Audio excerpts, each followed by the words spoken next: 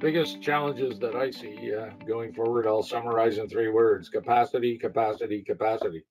Um, I honestly do not see it getting very much better.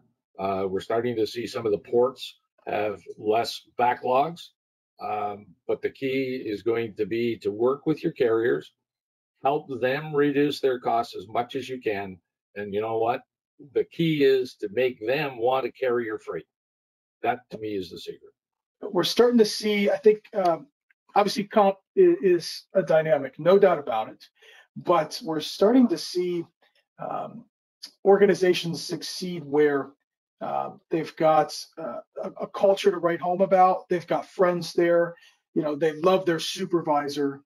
They've got potentially comp that's related to both team-based goals and individual goals, but those goals are not just how many cases we pick based on a labor standard that might be antiquated.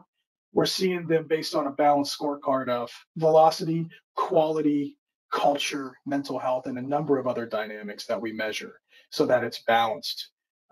And we're seeing creative opportunities around, you know, getting people college degrees and certificates and things that so the organizations that are succeeding and keeping those people are doing those things. The other big thing is succession planning. So do you have a view as to how you could be a supervisor and then be, you know, assistant manager and be a GM potentially one day? What's that path look like? Oftentimes it's just completely invisible. We don't even talk about it. Just pick your cases. But those organizations where there's a path, there's a dialogue about that or some sort of framework are also winning. The one that I'll mention is get the data, because everything depends on data. And there's so many sources now for visibility data, predicting what the pricing is going to be in specific lanes.